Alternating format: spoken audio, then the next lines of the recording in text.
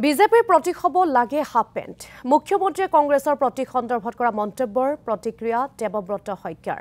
আহোমসকলে অতীজৰে পৰা লুঙি পিন্ধি আহিছে বুলি পুনৰ মন্তব্য দেৱব্ৰত শইকীয়াৰ মুখ্যমন্ত্ৰীয়ে ভালদৰে আহোমৰ ইতিহাস নাজানে বুলি কটাক্ষ দেৱব্ৰত শইকীয়াৰ থাইলেণ্ড আৰু অসমৰ লগতে অৰুণাচলত বসবাস কৰা বহু টাই সম্প্ৰদায়ৰ লোকে পূৰ্বৰে পৰা পিন্ধি আহিছে লুঙি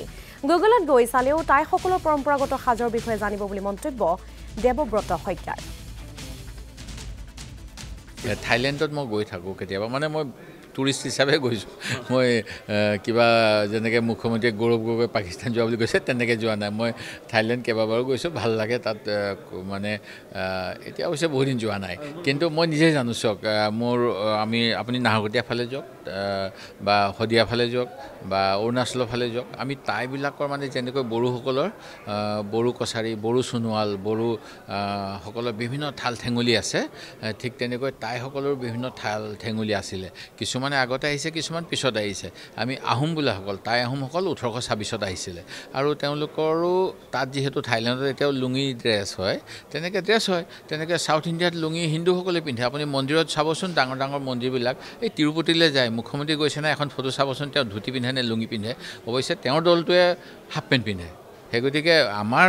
মই যদি ক'ব লগা হয় তেওঁক ক'ব লাগিব যে খাকী হাফ পেণ্ট আপোনালোকৰ চিম্বল হৈ যাওক মই সেইটো ক'বলৈ নাযাওঁ এইবিলাক কথা ভাল নালাগে এইবিলাক কথা কৈ নিশ্চিতভাৱে তেখেতে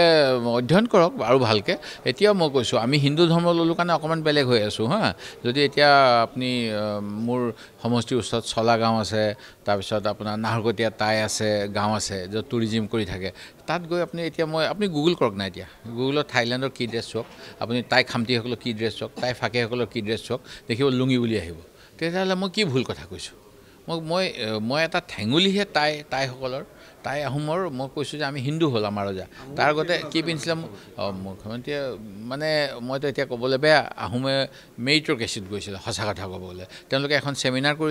কৰি দিল্লীত কাৰোবাৰ সৈতে প্ৰশ্ন এটা সোধাই দিলে যে বাঘ হাজৰিকা আছিল নাই আমাৰ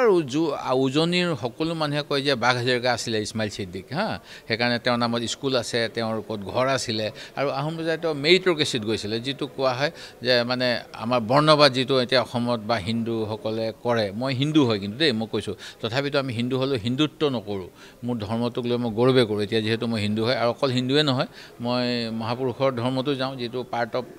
আমাৰ হিন্দুইজিম হয়